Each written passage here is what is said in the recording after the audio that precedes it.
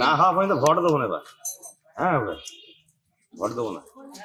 আর জল টল মানে এইসব জল টল টাইম করে জল টল কিছু নাই তো, এখন সব উঠি চলে গেছে। জলের সমস্যা হবে। হ্যাঁ, জলের সমস্যা আছে। মানে বিধায়ক যেগুলো বলেছিল সেগুলো কিছু করছে না না। না না, কিছু হয়নি। তা আপনাদের এলাকায় কি কি পাইপ টাইপ সব বসে যায়, কিন্তু জলের কোনো ইয়ে নাই, লাইন নেই। জলের বাড়ি বাড়ি হয় টাইম কল কি একটা বসে দিয়ে যায় না, জল তো না। ওর পরদিন থাকবে, ও চলে গেছে। রাস্তাঘাটের সঙ্গে আর কি দরকার এলাকায়? রাস্তাঘাটটাই দরকার এখন আমাদের মেন। আমাদের এই আসে খুব মানে রাস্তা অবস্থা খারাপ, আমাদের প্রচুর খারাপ। এই সরকার যে বিভিন্ন রকম ভাতা দিচ্ছে সেগুলোকে অ্যাপ্লাই করলে সেগুলো আমি অত টাইম পাইনি তো।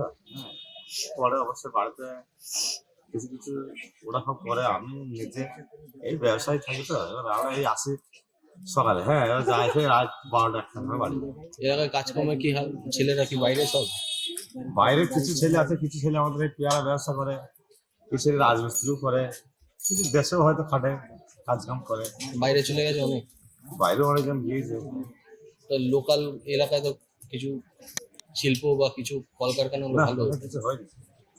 অনেক জমি আছে তো, অনেক জমি আমাদের ওখানে যে ওই কেডিআই যে জমি বলছি না, খয়দানের জমি, সব গ্রামের ওইসব যা যারা পেরিয়ে সব ভোগ দখল করে নিয়ে নিচ্ছে। হ্যাঁ, ওখানে তো কলকারখানা করলে তো চলে ভালো, ওইসব পেয়ারের জমি টমি করে যায়।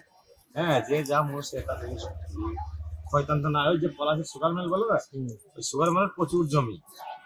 হ্যাঁ, তো জমি যে যা পেরিয়েছে সেটা নিয়েছে। হ্যাঁ, কলকারখানার কোনো মানে সব ইয়ে নাই।